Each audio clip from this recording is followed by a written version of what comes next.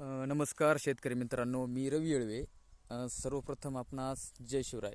तर आपण 1 एकरमध्ये सोयाबीन पेरलेली आहे आणि त्याची व्हरायटी आहे ग्रीन गोल्ड 335. या व्हरायटीची आपण सोयाबीन पेरलेली आहे. तर थोडी दाट पेरणी झालेली आहे, तरी पण तुम्ही पाहून घ्या एकदा की कशा प्रकारे माल आहे.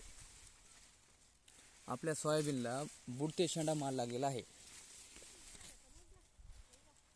हे शेंड्यापर्यंत माल आहे, तुम्ही एकदा पाहून घेऊ शकता.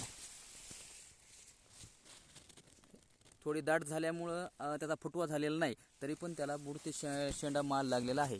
आणि तुम्हाला असं एक झाड दावतो मी की ते झाड थोडं पटांगणात आलेलं आहे आणि त्याला तुम्ही माल पाहून घ्या एकदा किती लागलेला आहे. ते ग्रीन गोल्ड 335 या व्हरायटीचंच आहे.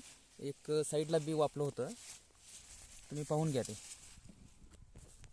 याला जवळपास 2-250 शेंग असेल या एका झाडाला. आता फुटवा ते बघा किती मस्त झाला आहे. आणि सांगायचं म्हणजे थोडी सोयाबीनची थोडी पातळ पेरच पाहिजे, पण पेरणी करते वेळेस ड्रायव्हरकडून थोडं जास्त बी सोडण्यात आलेलं आहे. तरी काय हरकत नाही, तरी पण मस्त सोयाबीन आलेली आहे आणि शेंगा वगैरे मस्त लागलेल्या आहेत. तर तुम्हीही सांगा कमेंटमध्ये तुम्ही कोणती व्हरायटी सोयाबीनची पेरली आहे व तुमचा काय अनुभव आहे सोयाबीनबद्दल ते तुम्ही कमेंटमध्ये नक्की सांगा. धन्यवाद.